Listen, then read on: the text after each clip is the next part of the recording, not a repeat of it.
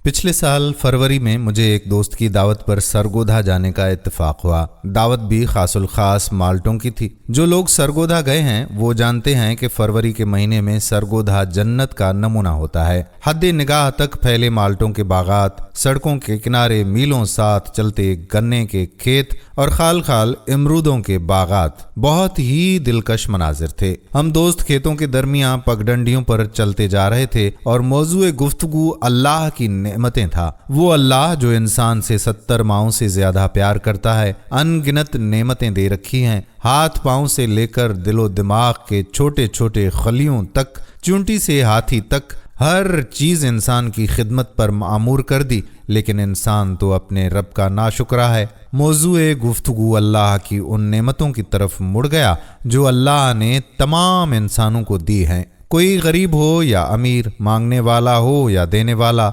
महमूद हो या अयाज, हाकिम हो या महकूम, सब इंसानों को देता है। हाथ पांव, टांगें, आंखें, दिल, दिमाग, किस्सा मुख्तसर इंसान के पांव के नाखून से लेकर सर के बालों तक नेमतों का अंबार ही अंबार है और बेशुमार नेमतें हैं, और इनको गिनने लगो तो शुमार में नहीं आएंगी।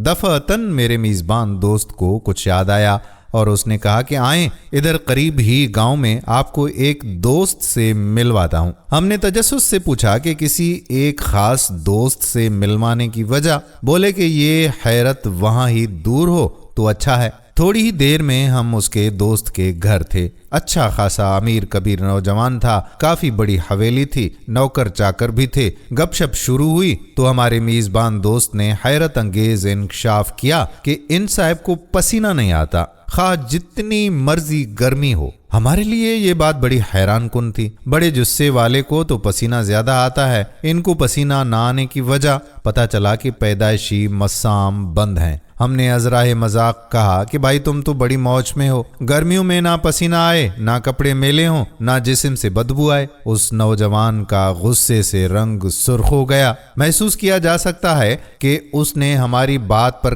काफी गुस्सा किया। काफी देर वो अपने आप को संभालने की कोशिश करता रहा, शायद गुस्सा काबू कर रहा था। थोड़े तवक्कुफ के बाद बोला कि अगर तुम्हें अल्लाह की इस नेमत की कदर होती तो तुम कभी ये बात ना करते। हम हैरत से एक दूसरे को देखने लगे कि भला पसीना आना भी कोई नेमत है। लेकिन जब उस नौजवान ने अपना गम सुनाया तो तब पहली बार पसीना जैसी आम चीज की कदर हुई। वो बता रहा था कि मैं गर्मियों में बाहर नहीं जा सकता, ना ही जर्रा बराबर गर्मी बर्दाश्त कर सकता हूँ। जब गर्मी पड़ती है तो पूरा पूरा दिन एसी रूम में लेटा रहता हूँ। अगर जरा सी भी गर्मी लगे तो जिल्द जलना शुरू हो जाती है और इतनी बुरी हालत होती है कि जमीन पर लूट पुट हो जाता हूँ। अगर किसी नागुज़ीर सूरत हाल में बाहर जाना ही पड़ जाए तो पानी की बोतलें साथ रखता हूँ, जिससे अपने कपड़ों को गीला रखता हूँ। पसीना ना निकलने से जो हालत मेरी होती है कि बाज दफा चीखने चिल्लाने का दिल करता है।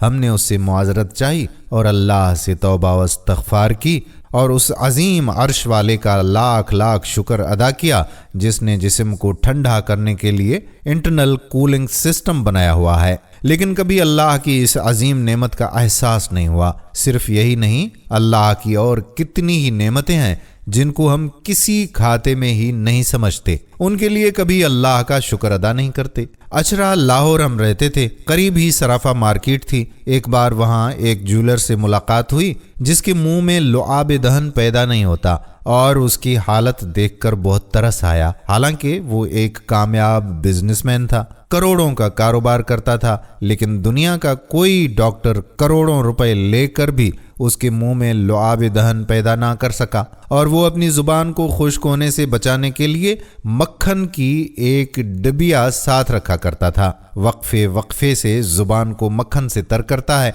अगर वो ऐसा ना करे तो कुछ वक्त के बाद उसकी जबान तालू के साथ चिमट जाए या लकड़ी की तरह सख्त हो जाए। अगर ऐसा हो गया तो उसके लिए बोलना मुमकिन नहीं रहेगा। हम एक बार फिर अल्लाह की दरबार में शर्मिंदगी से खड़े थे।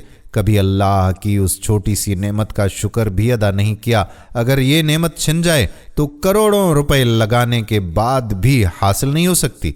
ہم واقعی ہیں بہت ناشکرے۔ اللہ نے اسی لیے ہمارے بارے میں قرآن مجید میں ارشاد فرمایا ہے کہ ان الانسان لربی لک، کہ بے شک انسان اپنے رب کا ناشکرا ہے۔ پھر یہ بھی فرماتا ہے کہ تم اللہ کی کون کون سی نعمت کو جھٹلاؤ گے۔ کبھی سوچا جو اللہ ہم پر اتنا مہربان ہے، ہمیں دنیا کی ہر نعمت دے رہا ہے اور کوئی معاوضہ بھی نہیں لے رہا، بدلے میں چاہتا کیا ہے؟ بس اسی کے بندے بن کر رہو، دنیا بھی تمہاری اور آخرت میں بھی تمہارا انعام۔ لیکن ہم تو ناشکرے ہیں۔ ہمارا عمل خود اس بات کی گواہی دیتا ہے کہ ہم شکر ادا کم ہی کرتے ہیں۔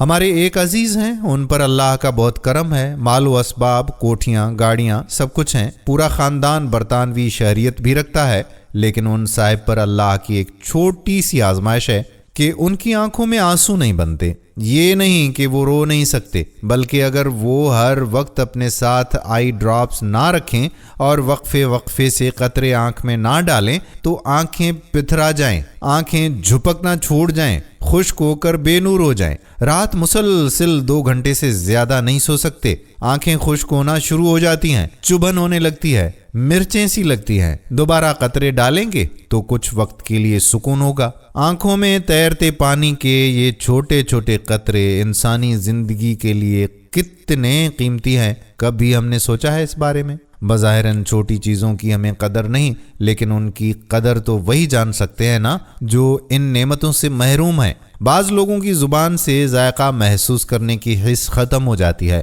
ان کے لیے یہ دنیا کتنی بے ذائقہ ہو جاتی ہے۔ ان کے لیے ہر چیز کا ایک ہی ذائقہ ہوتا ہے، کوئی چیز ان کو مزہ نہیں دے پاتی۔ نواع و اقسام کے پھل، رنگ برنگے پکوان، مزے مزے کی سوغات کچھ بھی مزہ نہیں دے پاتے۔ ہم جو ہر چیز کو مزے کے ساتھ کھاتے ہیں، کبھی اللہ کا ان نعمتوں پر خاص الخاص شکر ادا کیا؟ بصارت کتنی بڑی نعمت ہے، اس کی قدر تو وہی جان سکتے ہیں جو اس سے محروم ہیں۔ جو لوگ بینائی سے محروم ہو جاتے ہیں، ان کی دنیا کتنی بے رونق اور بے نور اور بے کیف ہو جاتی ہے۔ دنیا کی خوبصورتیاں اور رنگینیاں بے معنی ہو کر رہ جاتی ہیں۔ اگر آنکھوں کی بیٹری ختم ہو جائے تو دنیا کے تمام ڈاکٹرز مل کر بھی وہ بیٹری نہیں ڈال سکتے، خواہ لاکھوں کروڑوں روپے خرچ کر دیں، اور اللہ رب العزت نے وہ بیٹری ہر انسان کو بلا معاوضہ عطا کی ہے اور لائف ٹائم گارنٹی بھی دی ہے۔ کبھی پیسے نہیں مانگے، صرف بندگی کا تقاضا کیا، لیکن ہم اس کی ساری نعمتیں استعمال کرنے کے بعد بھی